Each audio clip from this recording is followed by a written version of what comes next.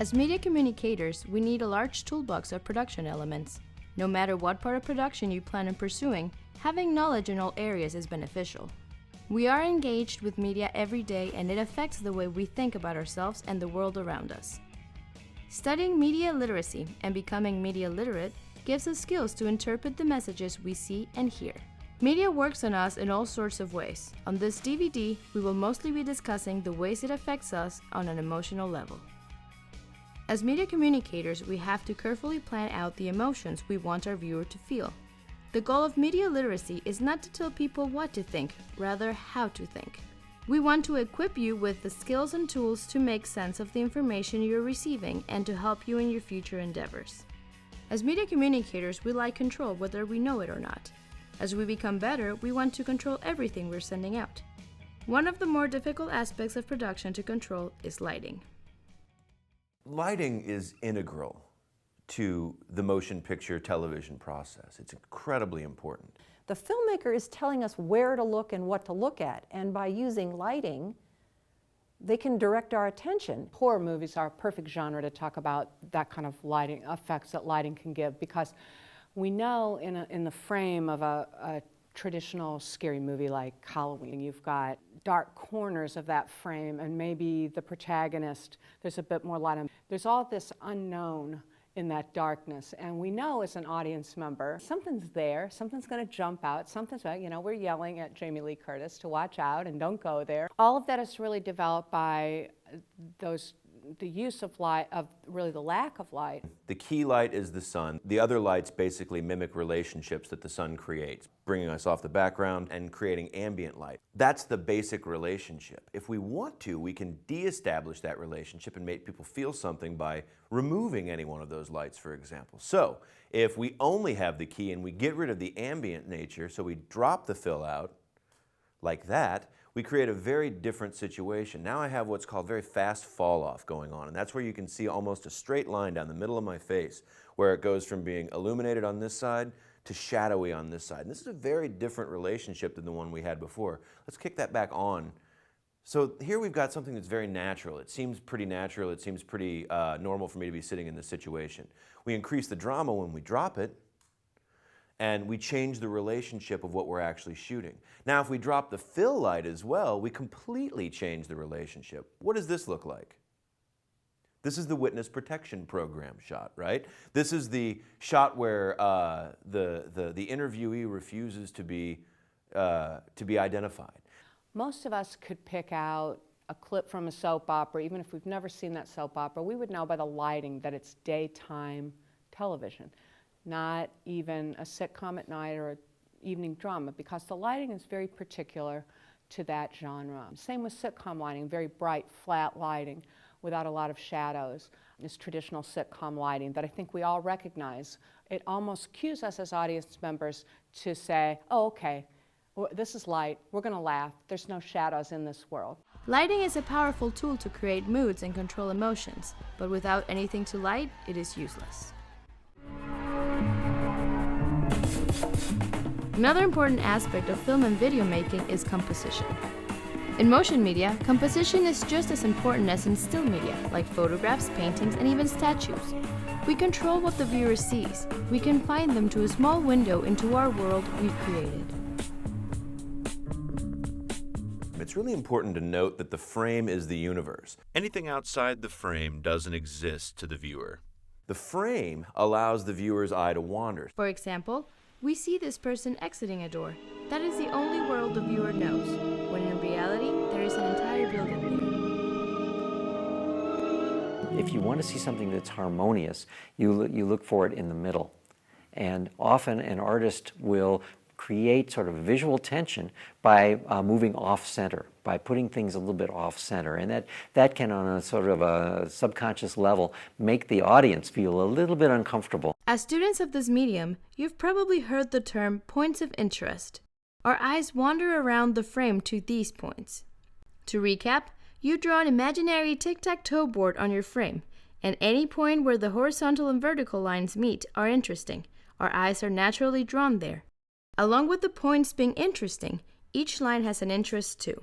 When creating a landscape effect where you look into the horizon, don't just split the screen evenly. Have the ground on the lower third or upper third.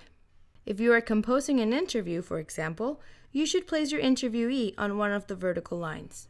This area that's in front of me is created specifically to sort of maintain the illusion that I'm having a conversation with somebody. The space out in front of my mouth is there so that it looks like I have some place to project my thoughts into. Now, those are intangible. I don't need space to do it into. And yet every interview you've ever seen looks pretty much exactly like this.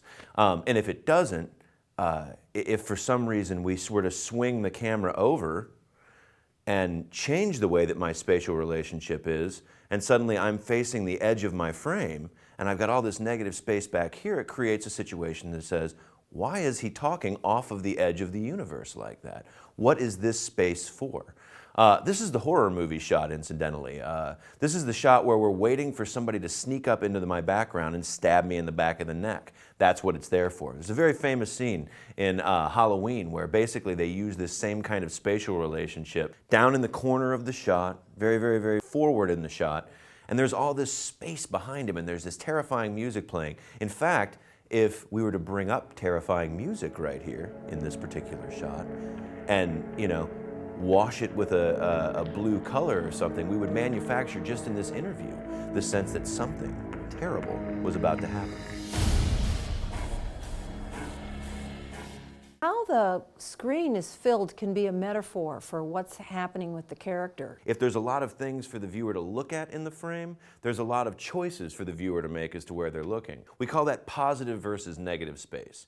Positive space is things. The image that you're looking at right now of me, I am the positive space. The curtain behind me, the air in front of me, anything over to the sides of me are negative space. Many times when you see widescreen used in a film, it's to create a panoramic vista, something very significant. For example, a movie like Lawrence of Arabia. But then there's other times you can use widescreen for a totally different effect. For example, with Francois Truffaut's The 400 Blows, there are many scenes in their apartment where the widescreen gets a sense of entrapment and enclosure with the lead character, Antoine, particularly when he's in his bedroom and he's on that little tiny cot in that very cramped little, it's not even a room really, where he sleeps, and you just feel like he's so imprisoned by that because it's this long, narrow rectangle, almost like a coffin when you're looking at it. So it's a widescreen, but it has a very different impact when you're looking at that particular image of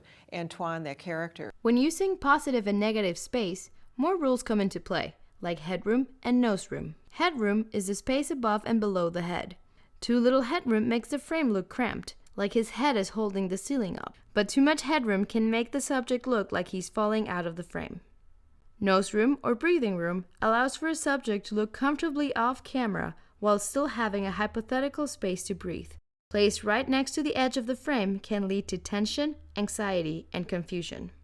Too much headroom and being placed next to the edge of the frame are examples that there is too much negative space. Psychologically, our brain expects something to fill that space, whether it be an anvil falling out of the sky onto the subject's head or a masked man about to stab someone in the back. Those are some ways to play with emotions, getting the audience to feel a certain way, but that's not the only way. The angle that you use is conveying messages with regard to the relationship between the camera and the subject. If you are shooting up at a person, you are according them respect. You're according their position a level of legitimacy. A classic example for that is Leni Riefenstahl shooting with all the Hitler propaganda stuff. She was able to make this really short, dumpy little creep look really powerful and in command and much larger than he was in real life. When you have a scene where it's high shooting down, you can have a lot of different reactions, really depending on the context of the movie. For example, in A Celebration, there's a number of times where there's a very high overhead shot from the camera looking down into the room.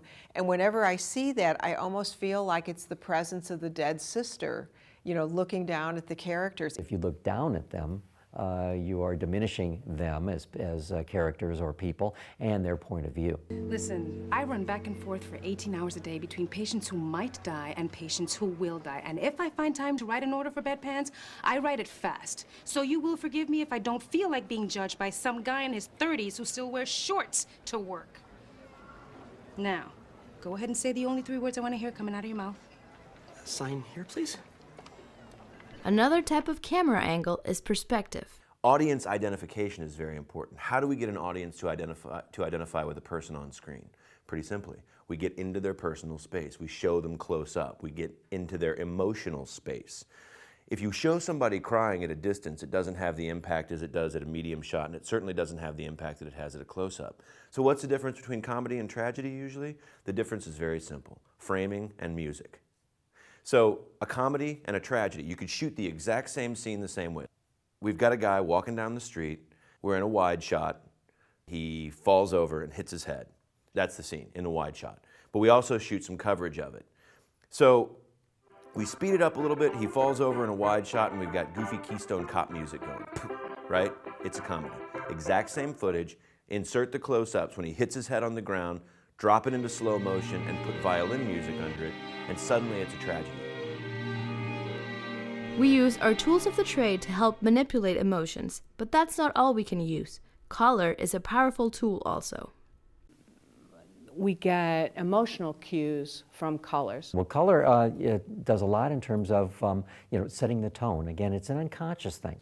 If we're going to be watching Dexter, which has a lot of blood in it, that red, you immediately would associate the color red with that television show. It's just so much a part of it. A good example is The Wizard of Oz.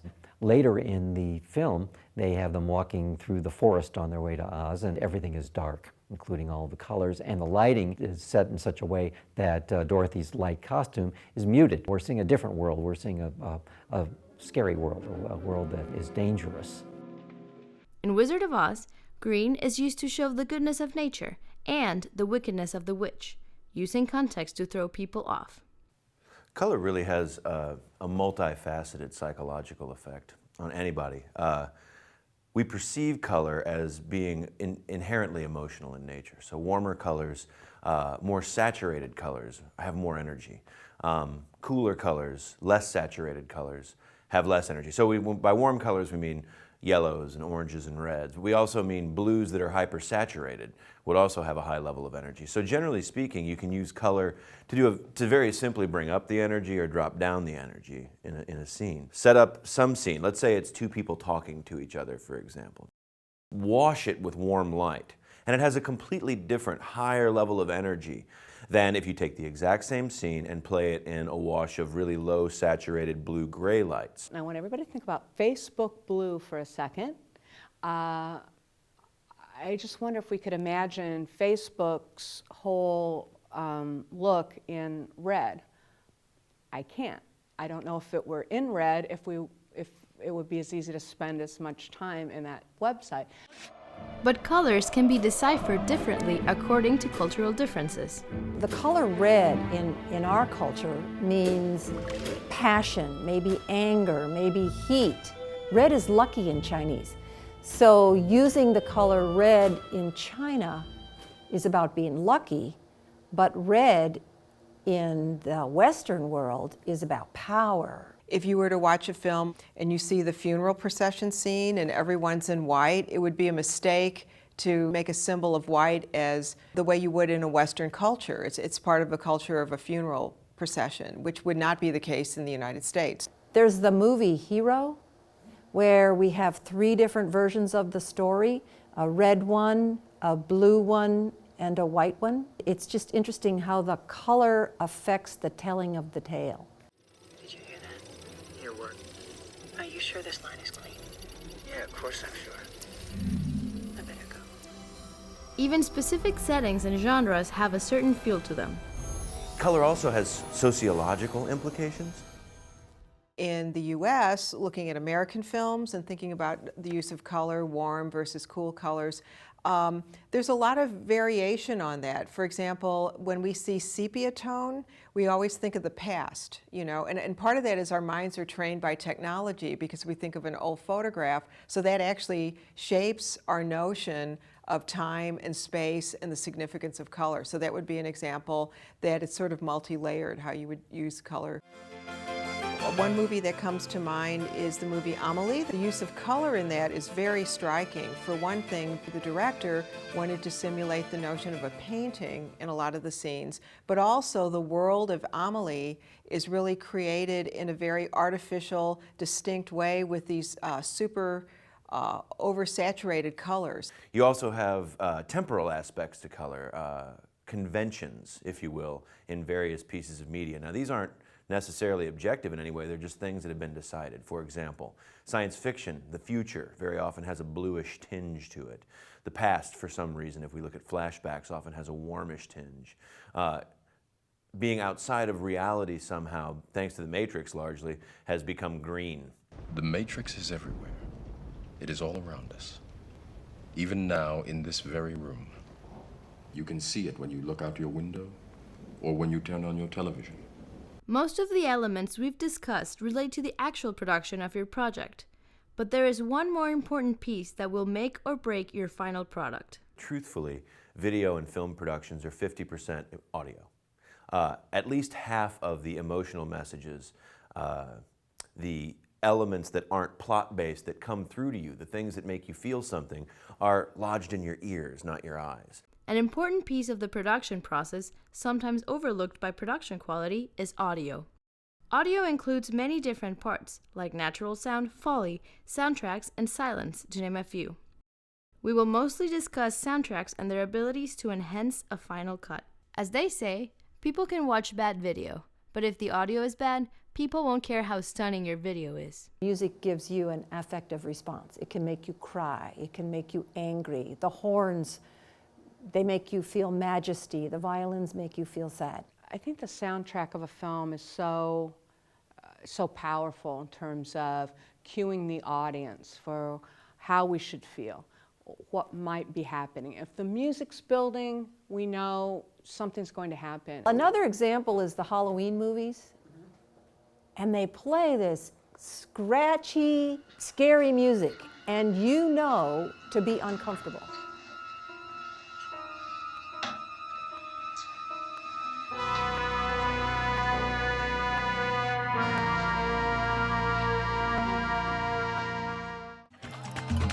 Soundtracks can help enhance the mood of a piece, but it also alters the piece completely. And the favorite activity that I like to do in class is with Saving Private Ryan. The first time we look at the opening scene with the original score, guns, it's all natural sound.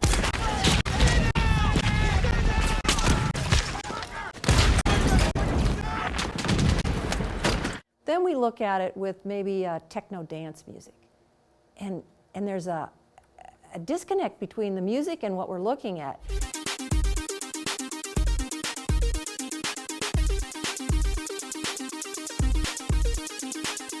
And then the last one we look at is some kind of silly music.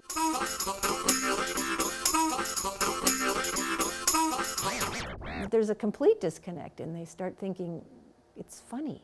It's not funny. If you take a scene and change the music, you get a very different scene, no matter what it is. Take any scene, somebody walking down the street. Let's say that they're wearing a giant broad smile, and it's just a shot of them, you know, walking towards camera. Put the sort of happy poppy, sort of like dun-dun-dun music on it. It's got one flavor. You put dark synthesizer music with like people hitting trash can lids on that same thing, and you've got what looks like a serial killer walking at you. Soundtracks can include other types of sounds besides music. In terms of creating a soundscape, in Federico Fellini's Juliet of the Spirits, there's one scene where Juliet, the lead character, falls asleep on the beach, and she has this nightmarish kind of dream. And you hear this tone in the background. It's very artificial kind of sound. And it really has this very eerie feeling like you want the sound to go away, and it really gets intensified until at the very end of her dream or nightmare, a jet airplane goes over her head and wakes her up, and that's how they end that particular scene. So you've got that really interesting contrast between the music score and this very artificial, mechanical kind of sound that creates a soundscape in her nightmare. Whether or not our viewers or even we know it, we, the visual communicator, control our audience. Now that you are aware of some ways, add the ones you didn't know about to your toolbox and try using them in your next production. What I found is that the students who use media literacy in terms of how they are developing their skills are more proficient at what they do.